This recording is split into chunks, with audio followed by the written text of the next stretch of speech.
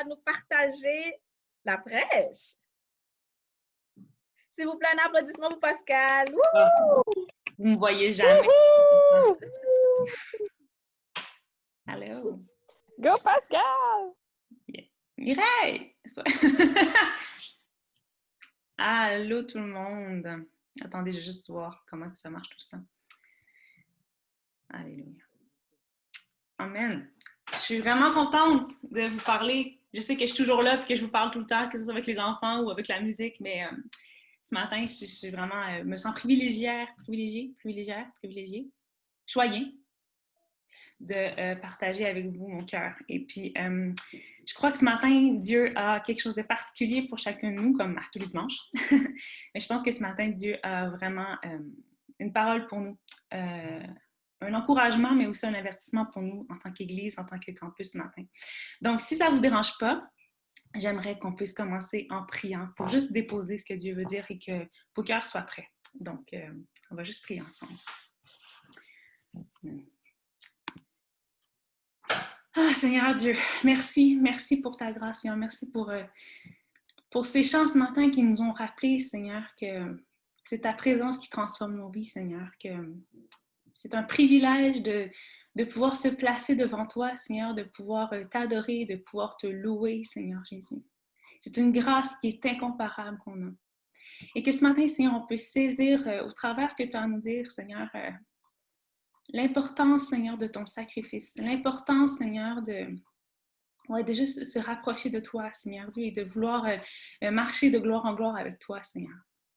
Seigneur, je veux te remettre ce temps, Seigneur Dieu, que tu puisses protéger ces moments qu'on va avoir ensemble, Seigneur, mais je te prie aussi que tu puisses parler directement au cœur, Seigneur, enlever toute distraction, Seigneur, de ce que tu as à nous dire, et que, Seigneur, ta parole puisse prendre racine dans mon cœur ce matin.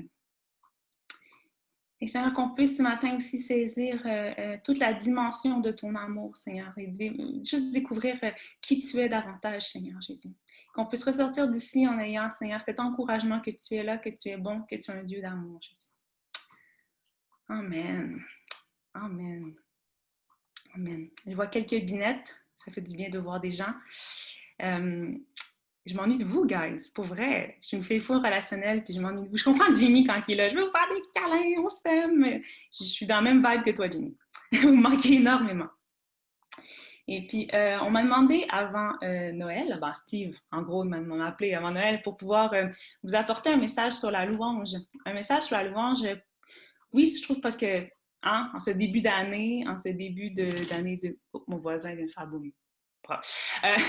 En ce début d'année 2021, je pense que c'est important de se refocuser, puis je pense que c'est tout à fait légitime de vouloir apporter un message sur la louange ce matin. Et pendant que je préparais ce que j'ai à vous dire, il s'est comme passé un truc de fou. C'est comme, Dieu lui parle, Dieu m'a parlé par rapport à ce qu'il voulait vous apporter. Et j'avais juste l'impression qu'en préparant tout ça, que j'avais juste deux idées contradictoires avec lesquelles je voulais vous partager. Que autant ce matin, je sens que Dieu veut nous avertir, mais qu'autant ce matin, je sens que Dieu veut nous consoler dans son avertissement. Donc, prenez-le avec amour, prenez-le avec l'amour de Dieu. C'est avec tout l'amour de Dieu que je peux vous apporter ce message-là ce matin. Mais par-dessus tout, c'est l'amour de Dieu qui veut vous parler ce matin, pas juste la mienne. Mon amour, elle était parfaite, mais l'amour de Dieu, elle est parfaite pour vous. Et puis, je prie que vous soyez, que vous saisissiez quelque chose ce matin sur ce que Dieu veut vous dire. Sans plus tarder, là, je vais rentrer dans le vif du sujet. Excusez, ça fait que je touche, j'ai pas le COVID, ok? Tout va bien. Quand que je voulais prier, je me suis mis à part, j'ai prié, je disais, qu'est-ce que tu veux dire à ton Église? Qu'est-ce que tu veux, sur quoi tu veux qu'on prie? Sur quoi tu veux avertir ton Église ce matin? Qu'est-ce que tu as à dire à ton Église ce matin? Et puis, alors que pendant que j'étais en prière, j'ai eu une image très forte. Ça se peut que je sois un peu tremblante parce que cette image est assez forte.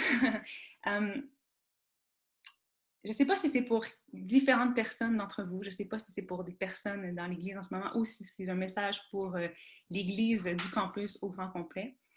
Mais l'image que j'ai eue, je vais être juste transparente avec vous, je vais vous dire juste littéralement ce que j'ai vu. J'ai vu quelqu'un qui tombait d'une falaise, littéralement. Quelqu'un qui tombait dans un grand océan qui est très sombre, qui est très agité. Cette personne-là était littéralement, je la voyais avec un visage de détresse, en fait. Je la voyais avec un visage de panique. Je suis un peu émotionnelle parce que je retourne à l'image que j'ai eue. Puis cette personne-là avait un désir de tout abandonner, avait un désir de tout lâcher et de se laisser aller avec le courant, en fait. Parce que cette personne-là, je la voyais essayer de grabber, essayer d'attraper quelque chose, mais il n'y avait rien autour. Cette personne était vraiment au milieu d'un grand océan noir.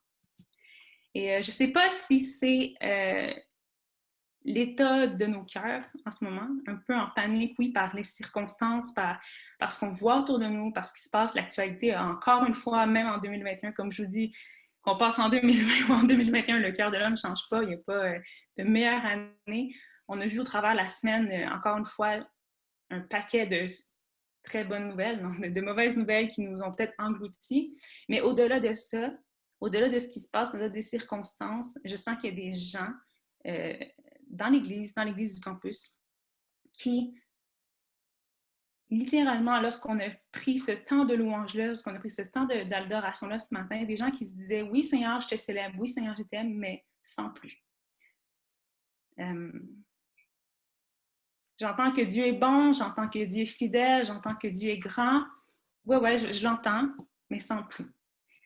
Je sens que ce matin, on a de la difficulté, je vais dire « on », je vais m'inclure dans tout ça, parce que Dieu m'a aussi parlé à moi, à rentrer dans cette liberté-là de la louange. Et on entend autour de nous 1 milliard de commentaires, 1 milliard de vidéos par rapport à la louange qui nous incitent à rentrer dans une nouvelle dimension dans la louange, à saisir la puissance de la louange. On entend des chants, on voit des gens qui louent le Seigneur avec de « Ah, cette fille-là, elle a une onction particulière. Si je l'écoute, peut-être que je vais être capable de rentrer dans cette liberté-là de louange. » Puis on est rendu dans un monde où on est spectateur de la louange. On est spectateur de ce que les gens ont à nous offrir sur le web.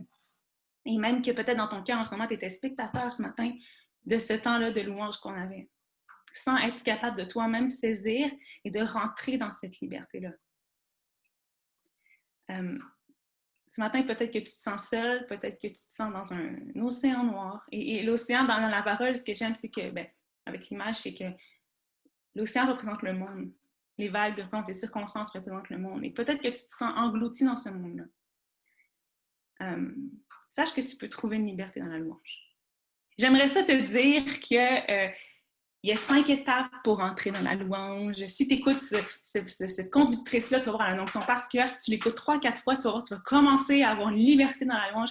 Un moment donné, je me suis surpris sur Facebook à écouter, j'en parlais avec Mel, on riait.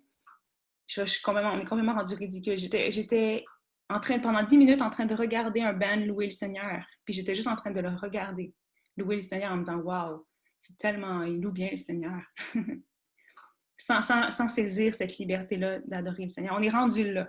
Donc, je peux comprendre.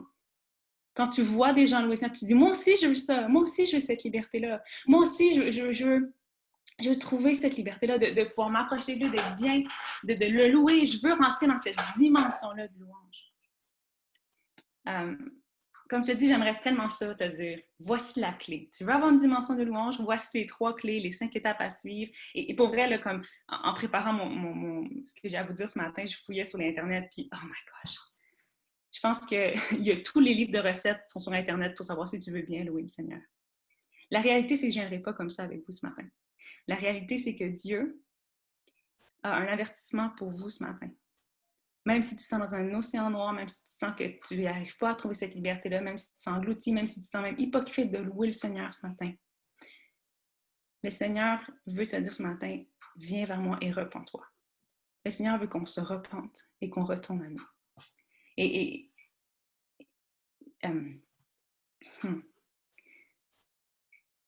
Quand on écoute de la musique, quand on écoute, on voit ce qui se passe autour de nous, oui, on peut être apaisé. Oui, ça peut nous faire du bien. Un peu comme Saül qui demandait à David de lui jouer de la musique pour apaiser son âme. Ben Saül, de son cœur, il n'a pas vraiment changé et on sait qu'est-ce qu'il est devenu. La réalité, c'est que si ton cœur n'est pas en adoration, si tu ne te soumets pas à Dieu, à un Dieu qui est unique, si on ne se repent pas devant Dieu, ce qui va sortir de notre bouche, ben ça va juste être des mots. Ça va juste être des mots. Je crois qu'il est possible que quand on adore le Seigneur, il est impossible de ne pas le louer. Mais je crois qu'on peut louer le Seigneur sans avoir des cœurs d'adorateurs. Et là, je vous shoot tout ça, mais je vous explique tout ça en détail un peu plus tard. J'utilise l'exemple souvent de je peux complimenter un de mes collègues au travail pour sa ponctualité, pour comment il s'habille, mais je peux aussi continuer à penser que ce collègue-là n'est pas fait pour la job, en fait. On peut complimenter le Seigneur, on peut chanter avec lui, on peut s'unir dans la louange avec d'autres, on peut chanter, on peut dire « Seigneur, t'es bon ». Mais si notre cœur n'est pas disposé, si notre cœur n'est pas en position de révérence et d'adoration devant Dieu, ce ne sont que des mots. C'est juste des mots. Là, tu dis, ouais, mais comment on fait pour que mon cœur soit en adoration devant Dieu, Pascal? Je veux dire, OK, je comprends, si je veux louer le Seigneur, il faut que mon cœur soit en adoration, c'est sûr, mais maintenant, je ne sais pas, moi, comment on fait pour que mon cœur soit en adoration. On va revenir au début, si ça ne vous dérange pas. Il va y avoir un petit bout un peu, pas lourd, parce que la parole de Dieu n'est pas lourde, mais un petit bout un peu où est-ce qu'on va juste remettre les pendules à l'heure, les points sur les i ensemble ce matin. Carla, je pense que tu peux mettre la première diapo. Premièrement, on va revenir au début. C'est quoi l'adoration? Très simple. L'adoration, c'est rendre honneur à Dieu à travers un respect, une révérence, une dévotion extrême.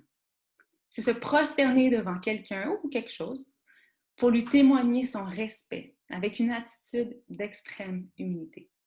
Pour marquer dans l'adoration, c'est pas gris, hein, c'est extrême. Merci Seigneur. Lorsqu'on adore le Seigneur,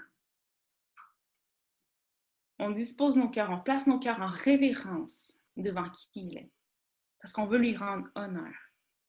On veut le respecter, on veut le craindre. On veut avoir une dévotion extrême pour lui.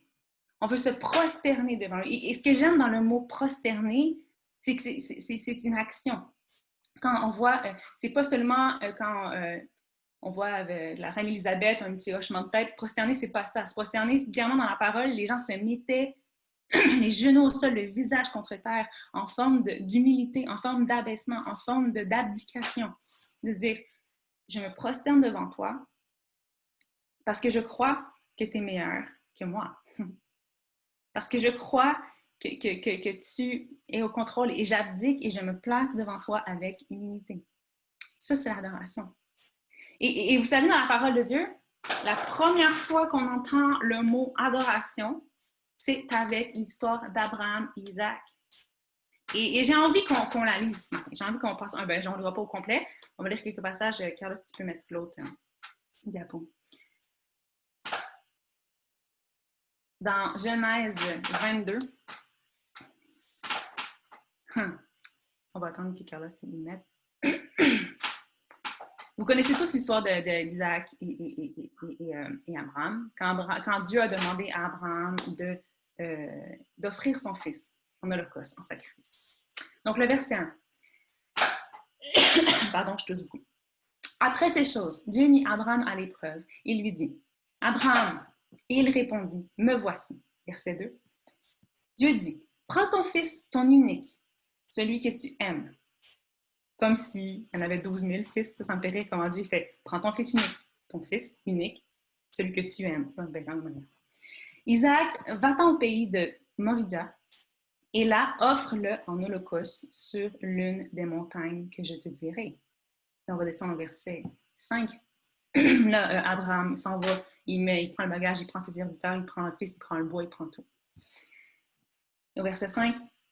Et Abraham dit à ses serviteurs, « Restez ici avec l'âne, et moi et le jeune homme, nous irons jusqu'à là pour adorer, et nous reviendrons auprès de vous. » Et c'est là qu'Isaac va dire, « Papa, t'as pas prévu un agneau pour le sacrifice? » Et Abraham dit à son fils, « Ben, Dieu va pourvoir. » Mais Abraham savait très bien ce qu'il s'en allait faire. Au verset 12, lorsque... Là, j'ai sauté un bout, là. Abraham a pris son fils, comme de fait, avec toute la crainte qu'il avait de Dieu. Il a attaché son fils, il l'a mis sur l'holocauste, il l'a mis sur l'autel pour le brûler. Et c'est là que, poum, coup de théâtre, Pas besoin de film et de pièces de théâtre avec la parole, c'est assez merveilleux. Coup de théâtre, l'ange dit, « N'avance pas ta main sur l'enfant et ne lui fais rien, car je sais maintenant que tu crains Dieu et que tu ne m'as pas refusé ton fils, ton unique. » L'ange de l'Éternel appela une seconde fois Abraham des cieux et dit, « Je te le jure par moi-même, parole de l'Éternel, parce que tu as fait cela et que tu n'as pas refusé ton fils, ton unique, je te bénirai, je multiplierai ta prospérité, comme les étoiles du ciel et comme le sable qui est sur le bord de la mer, et ta postérité possédera la porte de ses ennemis. Toutes les nations de la terre seront bénies en ta postérité parce que tu as obéi à ma voix. » Amen. C'est la première fois qu'on parle d'adoration dans la parole. Abraham est confronté à donner à Dieu ce qu'il a de plus précieux. Ce qu'il a, en fait, son unique. Il a attendu cet enfant-là, il ne faut pas oublier. Là, il l'a et Dieu demande de le donner. Dieu, est-ce qu'il était un Dieu méchant, un Dieu qui voulait tuer l'enfant? Non. Dieu voulait connaître quoi? Il voulait connaître le cœur d'Abraham. Abraham est le père de la foi. C'est notre papa. On est adopté. Quand Dieu dit que toutes les nations seront bénies, ben on fait partie, on est de ces nations-là qui sont bénies du choix d'Abraham, de prendre ce qu'il avait de plus précieux et de dire, Seigneur Dieu, tu es le Dieu unique et tu es celui que je crains, tu es celui que je veux suivre, tu es celui dont tout est dû, il n'y a rien qui est à moi, tout est à toi, tout vient de toi. Et il ne faut pas oublier qu'Abraham venait j'aime l'appeler, on l'appelle le père du monothéisme en soi, dans la mesure où il y avait plein de religions, plein de cultes, et Dieu l'a pris à part pour dire, non, tu ne vas pas servir 1 million de dieux, tu ne vas pas aller partout, tu ne vas pas offrir des sacrifices à tout le monde, non, c'est moi, je suis l'unique vrai Dieu, et je veux me révéler à toi. Dieu s'est révélé à Abraham, il est notre père, le père de la foi. Et parce que son cœur était en crainte devant Dieu, Dieu a promis, parce qu'il avait obéi à sa voix, Dieu l'a amené. Et oui, la promesse est accomplie. Comme je dis, on est ses enfants. Et plus tard, quand on regarde l'adoration dans la Bible, la manière dont ça a été fait, je veux passer rapidement. Il y a même aussi Moïse. Quand on part de la Genèse, l'Exode, Lévitique, au début de la parole, Dieu est vraiment en train d'instaurer la manière dont il veut qu'on s'approche de lui, de la manière dont il veut qu'on soit en révérence devant lui. Et Moïse, ça, c'en est un autre qui était habitué avec un paquet de dieux. Juste vous dire, Moïse, il est né en Égypte. Et en Égypte, juste en Antiquité, ils avaient environ 700 dieux, le peuple égyptien. Donc, juste imaginez le concept que Moïse doit sortir de ce milieu-là où il y a 700 dieux, 700 personnes, 700 dieux qu'on adore. Et lui, Dieu va l'amener à prendre le peuple de Dieu, son peuple. Il va l'amener à construire des autels qui ne sont pas taillés de main d'homme sous la recommandation de Dieu, des autels qui reconnaissent que Dieu est le seul Dieu, que Dieu est le seul en qui on peut faire confiance. Et dans l'Exode, Moïse va même recevoir les instructions pour construire le temple, pour savoir comment rentrer en relation et comment rencontrer Dieu, en fait. Donc, dans l'Exode, il va dire comment construire le tabernacle, comment construire le temple, comment construire la tente. Et vous remarquerez la manière dont Dieu, c'est particulier, dans la manière dont Dieu enseigne à Moïse comment construire le temple. Il va partir de l'intérieur, de la déco, du tabernacle, du milieu, de la présence de Dieu, pour ensuite aller vers l'extérieur. C'est très drôle parce que quand on construit une maison habituellement, on construit les murs en premier, on sait où est-ce que les fenêtres vont être placées en premier, et après, on fait la déco, et après, on fait le ménage. Mais la manière dont Dieu parle du temple, à comment il enseigne, comment il montre les plans pour construire le temple, la tente en fait, Dieu part de l'intérieur pour aller vers l'extérieur. Et par ensuite, même dans Lévitique, Dieu va apporter au peuple la structure pour les sacrifices et la manière dont on doit s'approcher de Dieu. Comme on a vu la semaine passée, quand Jimmy nous a montré le vidéo de Moïse qui sort et qui traverse la mer et tout ça, on peut voir que Moïse, dans le désert, avec le peuple, Dieu est en train de montrer qui il est. Dieu est en train de montrer à quel point on doit être dépendant de lui. Et dans Lévitique, quand il est temps de montrer comment faire les sacrifices, Dieu est en train de montrer sa sainteté. Dieu est en train de montrer que c'est un Dieu qui est saint et on ne peut pas s'approcher de lui comme on désire. Dieu est en train d'instaurer un paquet de règles qui nous semblent des règles, des lois, en fait, pour pouvoir s'approcher de lui d'une manière digne. Parce qu'on ne peut pas s'approcher de lui comme on veut, on est pécheurs. Et puis Dieu a choisi le peuple des Hébreux pour montrer ça, pour montrer sa sainteté. Et rapidement, je veux passer au travers, vous allez comprendre pourquoi, les 4 sacrifices principaux qui sont nommés dans Lévitique. Tu peux montrer l'autre image. Merci. Comme je vous dis, toutes ces choses-là sont en train de s'instaurer. Et un des premiers sacrifices nommés dans Lévitique, vous irez le lire. D'ailleurs, Lévitique, c'est malade. Okay? Pour vrai, c'est vraiment Dieu qui instaure sa sainteté. Puis je vous encourage à l'étudier, je vous encourage à aller pousser un petit peu plus loin. Puis il y a un paquet d'images et de symboliques qui sont juste, wow, incroyables. Pour vrai, quand je vous dis qu'on n'a pas besoin de films de science-fiction, on n'a pas besoin de se nourrir de toutes ces choses-là, parce que la parole est juste incroyable. Il y a un paquet de trucs juste fous quand on commence à déchiffrer la parole.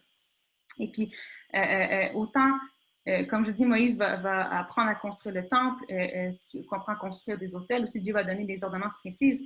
Il va même, Dieu, donner comment on offre un offrande, comment on fait un sacrifice. Et Dieu va montrer avec le premier sacrifice, qui s'appelle le sacrifice d'Holocauste, en fait, le sacrifice qui était fait pour garder cette relation-là avec Dieu, cette relation-là qui était constante. C'est un sacrifice qui était fait annuellement pour garder cette connexion-là avec le Seigneur. Et puis, ce qui était particulier, je vais vous relever, en fait, quelques petites particularités rapidement de chaque sacrifice, okay, pour savoir où est-ce qu'on s'en va, pour bien comprendre qu'est-ce qu'est l'adoration.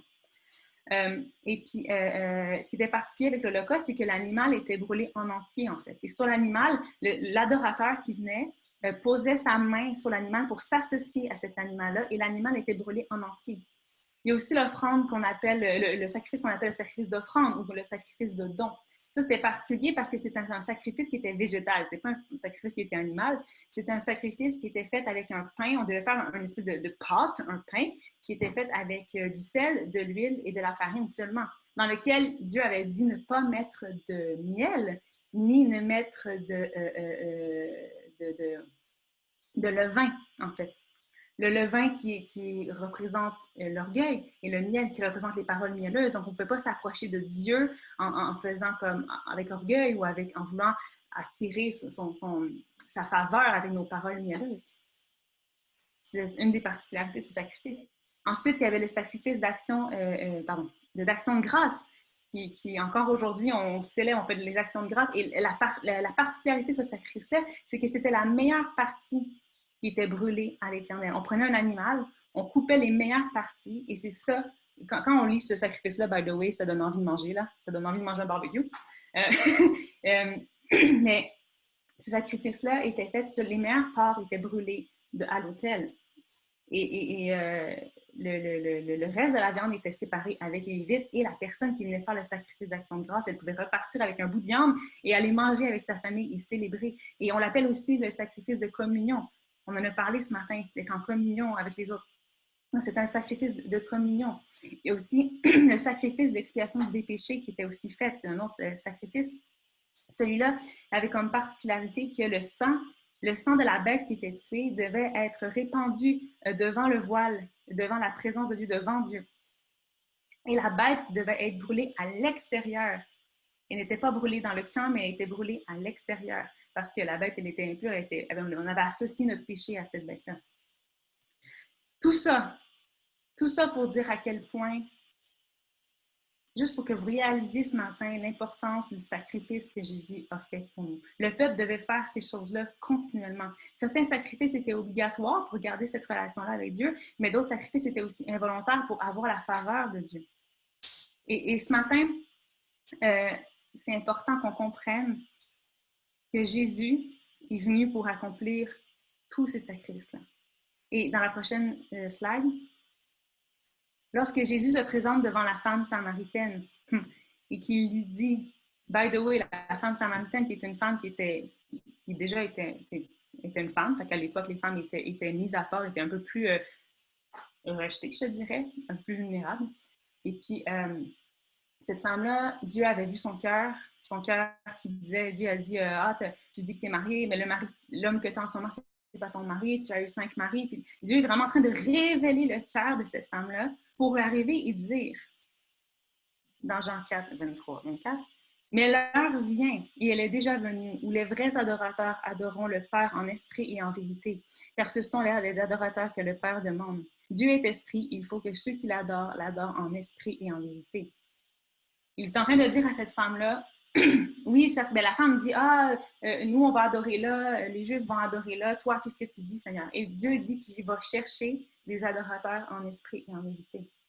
Ça veut dire que tout ce que j'ai décrit comme sacrifices qui sont faits, doivent non pas être faits physiquement, mais doivent être faits dans notre cœur.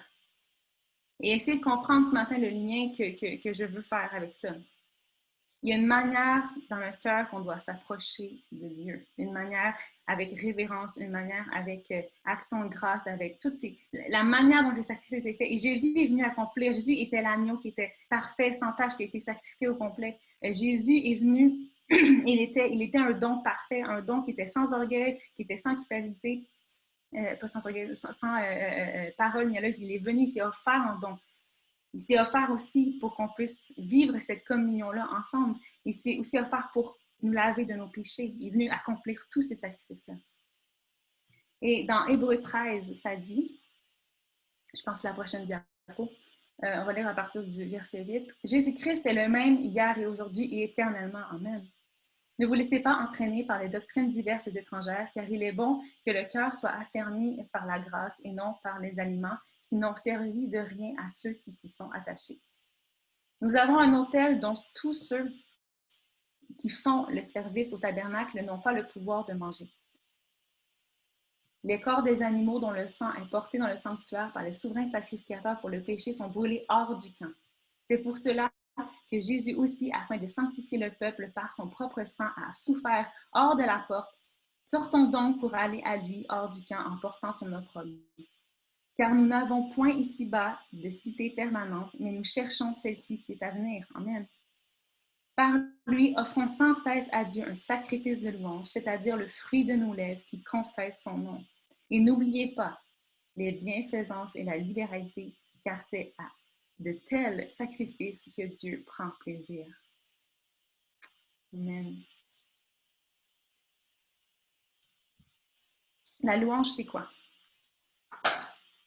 La louange, c'est reconnaître les qualités d'une personne, d'une chose. On peut mettre la prochaine diapo. C'est reconnaître et c'est relever le mérite par des paroles ou par des actions pour reconnaître ce que la personne a fait ou ce qu'elle est. La louange ce matin, c'est le fruit de notre adoration. C'est le fruit de nos cœurs qui sont disposés.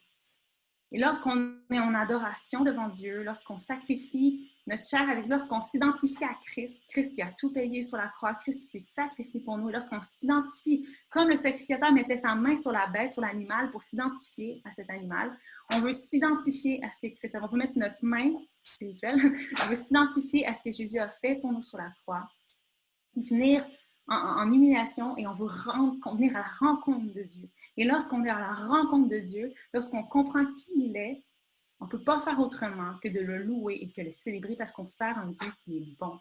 On sert un Dieu qui est grand. Et lorsqu'on fait ce sacrifice-là, on envoie à Dieu un parfum qui est doux et agréable. Nos louanges sont comme un parfum doux et agréable à célébrer, un peu comme quand on brûlait les animaux, le parfum qui montait de ça montait à l'Éternel et c'était un parfum qui plaisait à l'Éternel. Donc, ce matin, qu'on puisse venir devant la croix en s'associant à ce que Jésus a fait avec un cœur qui est repentant et que de ce cœur découle une louange qui plaît à l'Éternel. La louange, comme je dis, c'est des gestes, des choses visibles, c'est un fruit qui démontre le cœur du vrai adorateur. Tu peux mettre l'autre image, qui est juste parce que je travaille avec des enfants, donc j'ai bien des images, voilà. Il faut que tout soit clair.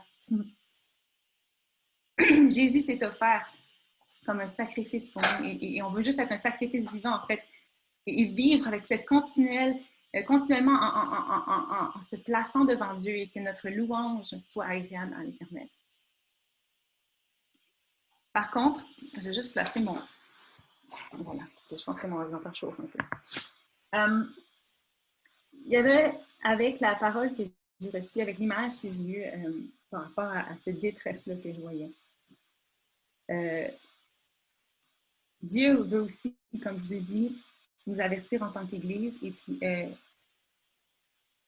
il veut qu'on réalise en fait que c'est du cœur que tout part. Ce n'est pas nos mots qui vont changer les choses, mais c'est la disposition de notre cœur qui va vraiment nous rendre. Et Dieu m'a donné un passage qui n'était pas facile à lire, qui même pour moi me vraiment parle, puis je vais m'associer avec vous dans ce passage que Dieu m'a donné. C'est un passage un peu long, mais je crois qu'on peut y arriver ensemble. Dans Marc 7, ça dit: les pharisiens et quelques scribes venus de Jérusalem s'assemblèrent auprès de Jésus.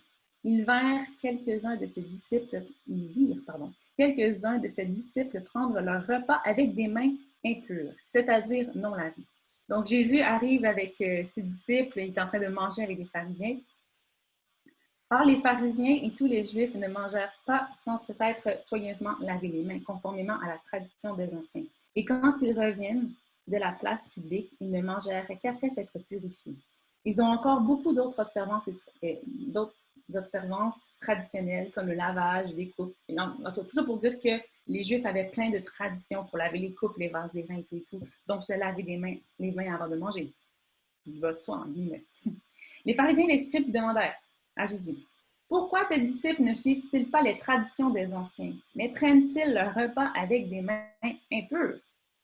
Jésus leur répondit: hypocrite, Isaïe a bien prophétisé sur vous, ainsi qu'il est écrit: ce peuple m'honore des lèvres, mais son cœur est éloigné de moi. C'est en vain qu'il m'honore, en donnant des préceptes qui sont des commandements d'hommes. Vous abandonnez le commandement de Dieu et vous observez les traditions des hommes. Il leur dit encore: vous anéantissez fort bien le commandement de Dieu pour garder votre tradition. Verset 14, on va sauter là. Ensuite, ayant de nouveau appelé il sortit, Jésus sortant de cet endroit. Ensuite, ayant de nouveau appelé la foule à lui, il lui dit: écoutez-moi tous et comprenez. Il n'est hors de l'homme rien qui, entrant en lui, puisse le souiller, mais ce qui sort de l'homme, c'est ce qui le souille. Si quelqu'un a des oreilles pour entendre, qu'il entende. Lorsqu'il fut entré dans la maison, loin de la foule, les disciples l'interrogèrent sur cette parole. Il leur dit: vous aussi, vous êtes donc... Oui, les disciples sont comme: ouais, on ne comprend pas ce que tu nous dis. Ces disciples même à Jésus. Il dit: vous aussi, vous êtes donc sans intelligence. Ne comprenez-vous pas que rien de ce qui est du dehors entre dans l'homme, qui entre dans l'homme ne peut le souiller? Car cela n'entre pas dans son cœur, mais dans son ventre, puis s'en va dans le lieu secret qui purifie tous les aliments. Il dit encore: ce qui sort de l'homme, c'est ce qui le souille. Car c'est du dedans, c'est du cœur des hommes que sortent les mauvaises pensées, les adultères, l'impudicité, le meurtre, les vols, les cupidités, la méchanceté, la fraude, les mythes. Toutes ces choses mauvaises sortent du dedans et souillent l'homme. Pourquoi je vous dis ça ce matin? En quoi ça a un lien avec la louange ce matin? Ma question que j'ai pour vous, que j'ai pour moi, que j'ai pour nous, c'est: est-ce qu'on a cru que nos paroles, que nos actions allaient changer quelque chose dans notre état ce matin? Dans l'état de panique ou dans l'état d'angoisse qu'on peut être face à tout ce qui se passe, est-ce qu'on croit que nos paroles et que nos actions vont changer quelque chose à l'état de notre cœur? Est-ce qu'on a cru que nos paroles et que nos actions allaient changer l'état de notre cœur? C'est pas ce qui sort de ta bouche qui change ton cœur. C'est pas à force de paroles ou d'actions que ton cœur va changer. Au contraire, si on pense que nos paroles changent les choses, là, on rentre dans un autre aspect, on rentre dans le nouvel âge, on rentre dans ce que le monde propose, on rentre dans la superstition, on rentre dans ce qui équivaut à dire: t'as péché, va faire 3-4, je vous salue notre Père et tu seras sauvé. C'est pas le nombre de vidéos que tu écoutes de louanges qui va te sauver. C'est pas, comme on a dit ce matin dans la prière, merci Derby, c'est pas les choses du monde qu'on essaie de remplir en étant juste satisfait pour le moment qui vont venir changer l'état de notre cœur. Je vais vous raconter un petit témoignage par rapport à ça. Bon, plusieurs d'entre vous savez, j'ai pris quelques mois en sabbatique à un moment donné dans ma vie, un moment où j'ai dû m'arrêter, où Dieu voulait vraiment me parler. J'ai pris quelques mois, je suis partie du pays pour m'en aller. Et puis, j'étais vraiment seule, je me suis mis vraiment seule dans une chambre à part, j'avais des cours, et puis je dis juste, Seigneur, je prends ces mois-là pour que tu me parles. Et j'ai commencé ces mois-là. Les premières semaines, je me souviens, bon, une fois que j'étais installée dans ma chambre et tout, je me suis posée, j'ai pris ma Bible, je me suis mis de la musique, j'ai pris mon crayon, j'ai pris mon calepin, et j'étais comme, c'est bon, Seigneur. J'ai fait ce que tu m'as demandé, je suis ici maintenant, je me suis mis à part. Maintenant, parle-moi. Les amis, ça a pris tellement de temps et Dieu ne me parlait pas. J'étais tellement fâchée. Je suis comme, j'ai fait ça, je me suis mis à part pour toi. J'ai même mon plus beau crayon, mon plus beau calepin. Je l'ai commencé tout neuf, je l'ai acheté pour ça. Je me place devant toi. Puis tu me parles pas, il se passe rien. Je me sens pas mieux, je me sens pas plus libre, je me sens pas, j'essaie de me rapprocher de toi, mais tu veux pas ou quoi? J'ai sacrifié de temps, Seigneur. Je veux-tu être pognée 6 mois comme ça à ce que tu me parles pas? Du coup, j'ai commencé à lire ma Bible, j'ai commencé à lire, je pense que j'ai lu Isaïe au complet, j'ai essayé de tout lire, il n'y avait rien qui se passait. Jusqu'à un moment donné où Dieu s'est révélé au travers d'un de mes cours. Où j'ai compris que nos méthodes, que la manière dont on s'approche de Dieu, c'était devenu, pour ma part, un idole. Je m'agenouillais devant mes méthodes, c'était ce qu'on m'avait enseigné, c'était ce que je connaissais. De la manière dont j'avais besoin de m'approcher de Dieu, c'était la manière dont j'avais besoin de disposer mon cœur devant Dieu, c'était en me préparant, en faisant ce qu'il me demandait, en tout ça. Et Dieu m'a appelée à me repentir de ça. Littéralement. Je ne vais pas peser mes mots. Dieu m'a demandé que je devais demander pardon à Dieu parce que j'adorais les méthodes. J'adorais la façon de faire pour m'approcher de lui. Et c'est pas ce que le Seigneur recherche. Le Seigneur recherche des cœurs. Il ne recherche pas des paroles. Puis j'étais simplement avec un pasteur qui était là, qui m'accompagnait. Puis avec témoin, j'ai fait non, je n'en peux plus de ça. Je ne peux pas continuer à me faire comme ça. Je ne peux pas passer 6 mois, Seigneur, à ne pas être capable de m'approcher de toi et à découvrir cette liberté-là en toi. Du coup, j'ai vraiment fait pardon, Seigneur. Je me suis mise devant lui, j'ai demandé pardon. Et croyez-moi, puis je suis une fille qui sent physiquement les choses, mais croyez-moi que quand j'ai juste confessé, que j'ai demandé pardon par rapport à ça, Dieu m'a libérée. J'avais vraiment l'impression que j'avais 3 boulets qui me détachaient des pieds. Comme si je marchais à nouveau, j'avais l'impression. Et quand je suis retournée dans ma chambre, j'étais comme bon, rien de particulier, tout se passe bien. J'étais en train de cuisiner, tout simplement. Et puis à un moment donné, je me suis tournée vers le soleil, je m'en souviendrai comme si c'était hier. Puis à chaque fois que le soleil me frappe au visage, je me rappelle ce moment-là. J'étais juste devant le soleil comme ça, et Dieu s'est mis à juste Hey, I want to talk to you. Random, comme ça, j'étais pas prête, j'avais pas mon crayon, j'avais pas mon calepin. J'étais pas prête. Et Dieu a fait wow, je veux te parler. Dieu m'a montré des images, Dieu m'a montré des choses. Et Dieu, à partir de ce moment-là, Dieu a fait This is what I want. C'est ça que je veux. Je veux pas tes paroles, je veux pas tes méthodes, je veux pas ce chant-là en particulier, je veux ton cœur. Et le Seigneur, ce matin, veut votre cœur. Il vous poursuit, il vous cherche. Et s'il a cette parole-là pour vous, c'est parce qu'il vous cherche. Je ne connais pas l'état dans lequel tu es, je ne sais pas qu'est-ce que tu vis, mais le Seigneur te cherche, il te poursuit. Repentons-nous ce matin. Repentons-nous d'avoir fléchi les genoux, d'avoir laissé le contrôle à autre. Quand on se prosterne devant Dieu, on est en humilité devant lui et on comprend l'état de notre cœur. Et on dit, non, les méthodes humaines ne fonctionnent pas. C'est toi, Seigneur. C'est toi, Seigneur. Et par Jésus, en s'identifiant à Jésus, on a accès à Dieu. Et Dieu nous donne sa pleine liberté. Dieu nous transforme. Dieu est puissant. On sert un Dieu qui est puissant. Et je vais répéter les mots d'un pasteur qui a dit, j'ai écouté une étude sur la louange avec MCI, je ne me souviens plus du nom du pasteur. Mais ça va peut-être vous choquer ce matin, mais il n'y a aucune puissance dans notre louange. Aucune. Là, Pascal, c'est pas ce que j'ai entendu. Il n'y a pas de puissance dans notre louange. La puissance est dans celui qui trouve agréable notre louange. La louange, la puissance n'est pas dans nos mots ce matin. La puissance n'est pas dans ce qu'on écoute ce matin. C'est pas ce qui vient de l'extérieur qui nous purifie, c'est de l'intérieur que tout se passe.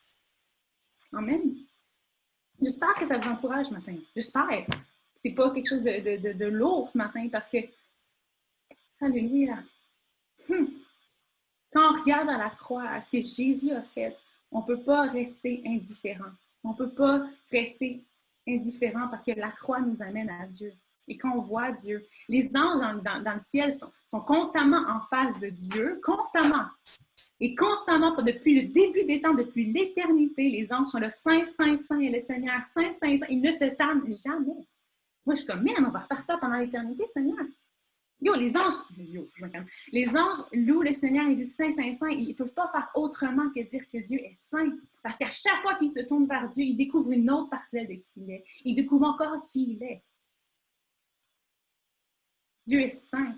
Et par Jésus, par tout ce qu'il a fait pour nous, par son sacrifice, par tout ce qu'il a passé au travers, il s'est abaissé, il s'est humilié pour que nous, on puisse s'associer à lui en toute humilité et dire « Wow, Jésus, wow, merci pour ce que tu as fait. Je peux avoir accès à ce Dieu qui est saint, à ce Dieu qui est grand. »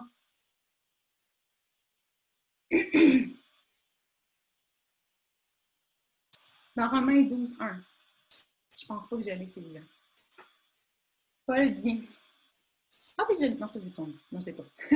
Dans Romains 12, 1, Paul va dire, « Je vous exhorte donc, frères, par les compassions de Dieu, à offrir vos corps comme un sacrifice vivant, saint et agréable à Dieu, ce qui sera de votre part un culte raisonnable. Ne vous conformez pas au siècle présent, mais soyez transformés par le renouvellement de l'intelligence, afin que vous puissiez discerner quelle est la volonté de Dieu et qu'est-ce qui est bon et agréable et parfait. » Dieu nous demande de constamment renouveler notre intelligence, de constamment déposer, s'associer à ce que Jésus a fait, constamment venir brûler notre chair avec celle de Jésus, littéralement. Ça peut être des mots qui sont lourds ce matin, mais c'est ça, pareil. Notre chair doit être crucifiée avec celle de Jésus. Comme un sacrifice vivant, on s'associe à ce que Jésus a fait. Et c'est ça qui est agréable à l'Éternel. C'est ça qui est digne de la volonté de Dieu. Oui, c'est difficile. Oui, c'est constamment difficile de revenir à Dieu, de sacrifier notre chair. Et croyez-moi, on est dans cette, comme Mélissa avait déjà parlé, on est dans cette tension-là constante entre le péché, entre notre chair, entre le monde, entre les circonstances. C'est pas facile. Et je le dis avec toute la compassion du monde. Je sais que c'est pas facile. Et le Seigneur vous regarde et vous dit que c'est pas facile. Il sait que c'est pas facile. C'est pourquoi on doit toujours se ramener à la croix. Toujours se ramener à son sacrifice. Toujours à chaque matin, à chaque difficulté, à chaque circonstance, à chaque action de grâce. On doit aller vers Jésus et dire, Jésus, je me sacrifie avec toi. Et c'est comme ça que notre esprit est renouvelé. C'est comme ça qu'on rentre dans la volonté du Seigneur. C'est comme ça qu'on a accès à sa présence et qu'il peut nous révéler ses plans. Au Seigneur, on donne nos dons, nos capacités, notre volonté, nos rêves, tout ce qu'on a de plus beau, mais aussi tout ce qu'on a de plus laid, nos péchés, nos saletés, nos difficultés. On veut tout donner à Dieu. Dieu veut notre cœur en entier. Amen. C'est un cœur brisé. Et le psalmiste va le dire dans le psaume 51 que ce qu'il veut, c'est pas des sacrifices. David dit à Dieu, si c'est des sacrifices que tu voulais, OK, mais ce que tu veux, c'est un cœur qui est contrit, un cœur qui est brisé. C'est ça que tu dédaignes regarder, c'est ça que tu veux, Seigneur.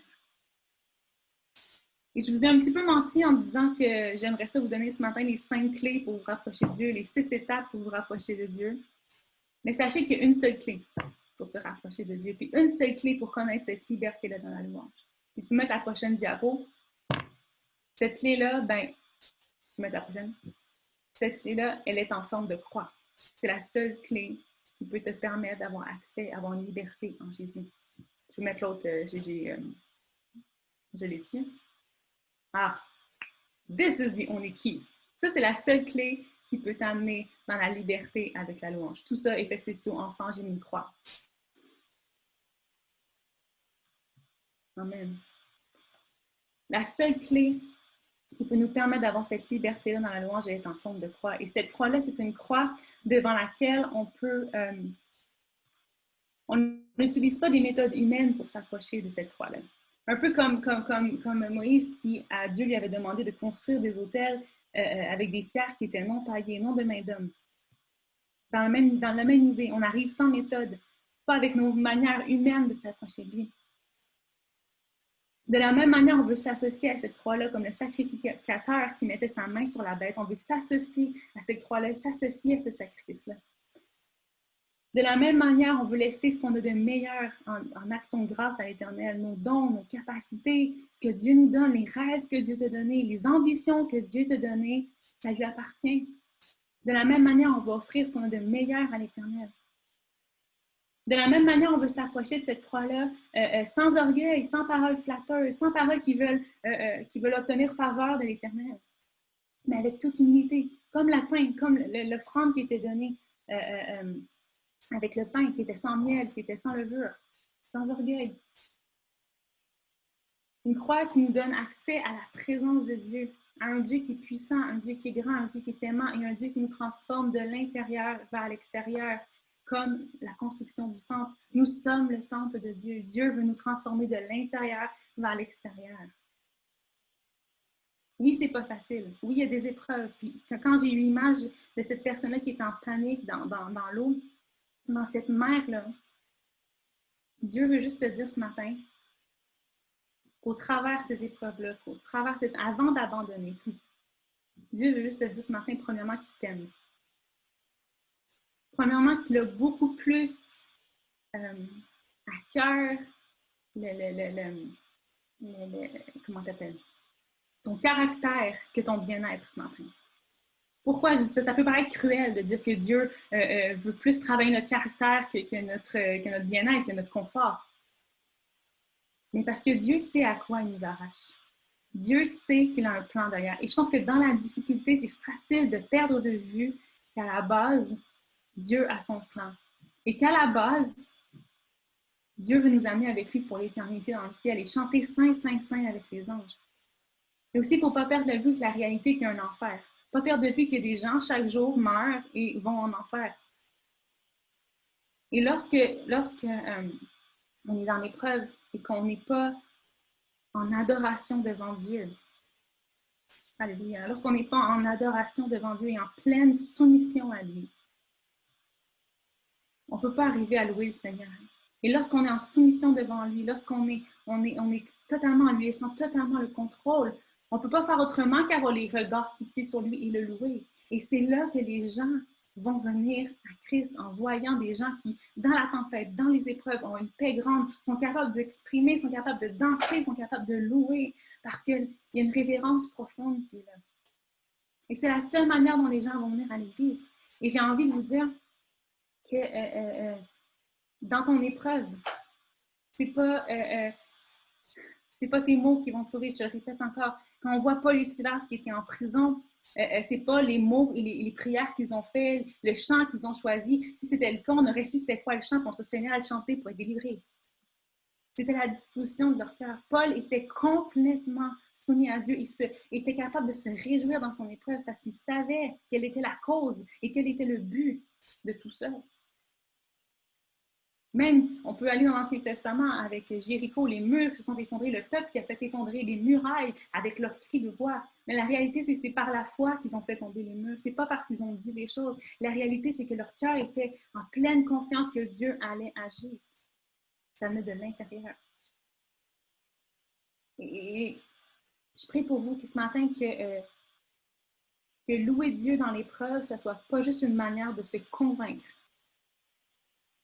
mais que ce soit l'expression de vos cœurs d'adorateurs déjà convaincus. Je vais le répéter. Louer Dieu dans l'épreuve n'est donc plus une manière de se convaincre, mais c'est l'expression de nos cœurs déjà convaincus. Et ça, là, ça va être le plus beau des témoignages. C'est ça qui va amener les gens à Christ. N'oublions pas la cause. N'oublions pas que des gens, chaque jour, meurent sans avoir entendu parler de Jésus, sans avoir connu cette paix, sans avoir connu cette liberté. Et que le Seigneur, on peut ce matin venir avec des cœurs repentants devant toi. Amen. Alléluia.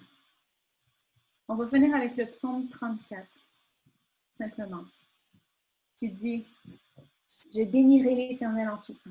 Sa louange sera toujours dans ma bouche. Que mon âme se glorifie en l'Éternel. Que les malheureux écoutent et se réjouissent. C'est un beau témoignage. Exaltez avec moi l'Éternel. Célébrons tous son nom. J'ai cherché l'Éternel, il m'a répondu. Il m'a délivré de toutes ses frayeurs. Quand on tourne vers lui, quand on se tourne vers lui, quand on tourne vers lui les regards, on est rayonnant de joie et le visage ne se couvre pas de honte. Quand le malheureux crie, l'Éternel entend et il le sauve de toute sa détresse. L'ange de l'Éternel campe autour de ceux qui le craignent et l'arrache du danger. Sentez et voyez combien l'Éternel est bon. Heureux l'homme qui cherche en lui son refuge. Craignez l'Éternel, vous saints, vous ses saints, car rien ne manque à ceux qui le craignent. Que ce matin, ça peut être un encouragement pour vous dans cette panique. Peut-être que tu te sens hypocrite, peut-être que tu as de la difficulté à rentrer dans cette liberté-là. Sache que la liberté se trouve dans ton cœur, se trouve dans la disposition de ton cœur, notre disposition d'adoration devant Dieu ce matin. Amen. Je ne sais pas quelle heure il est rendu. Je vais regarder mon heure. Il est tard, désolée. J'aurais peut-être aimé ça finir avec un chant, mais en fait, ouais, non. Je pense qu'on va juste prendre un temps où est-ce qu'on va juste demander à Dieu de sonder nos cœurs ce matin. Je pense qu'on a le temps, j'espère. Si vous n'avez pas le temps, allez manger, pas de souci. Je pense que Dieu, dans son grand amour, veut nous avertir et il veut nous dire qu'il y a autre chose. Il y a autre chose qu'on n'a pas encore connue. Il veut nous dire qu'il y a une liberté qu'on n'a pas encore saisie. Si je me parle à moi-même comme fois 1000, c'est quoi votre disposition de cœur ce matin? C'est la question que je vous pose. Et j'ai envie qu'on puisse juste prendre un 5 minutes. Ça vous dit 5 minutes? J'espère. Je le contrôle. 5 minutes. 5 minutes où... Ouais, je pense même que je vais vous amener avec moi. Je vais partir à mon piano. Okay? Vous allez mettre moi. Et puis, on va prendre juste un petit 5 minutes. On va juste demander à Dieu qu'il vienne faire juste déposer tout ce qu'on a entendu ce matin dans mon cœur. Et puis, ouais. Puis si j'ai un chant que je vais chanter après, peut-être qu'on va faire un dernier chant avant de se quitter, mais juste pas prendre trop de votre temps. Mais je pense que c'est important ce matin que Dieu parle et qu'on a besoin de l'entendre. Amen. Je sais pas si vous voulez juste prendre... Je vais jouer un petit peu pendant 2 minutes, puis juste qu'on prenne le temps de laisser le Seigneur nous parler et de déposer ce qu'il a déposé. Amen. Amen. Prenez le temps vraiment juste... avec vous-même, mettez vos caméras, pas vos caméras, ça ne me dérange pas. Je sais que normalement, j'aurais peut-être voulu faire un appel, mais en Zoom, c'est un peu difficile. Mais placez-vous en position de révérence devant le Seigneur. Placez vos cœurs en position de révérence devant lui. Et si le message vous a parlé ce matin, qu'on puisse être repentant et qu'on puisse juste se repentir devant Dieu. Se repentir d'avoir peut-être pensé que nos mots allaient nous sauver. Amen. Il faut juste prendre un temps pour se placer devant le Seigneur avec une repentance. Puis après ça, on verra si on a envie de le louer. Amen.